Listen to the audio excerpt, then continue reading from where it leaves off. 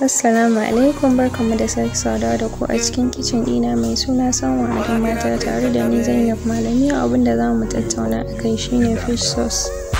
Ga shi nan dai kin gan shi, wannan kifi ne. Sai ki zuba albasa da mai, ki bari su ɗan soyu. Sai ki zuba kifin ki da kika gyara kika ciccire mishi. Idan kika zuba shi ya ci kaɗan, sai ki ɗauko korin ki zuba.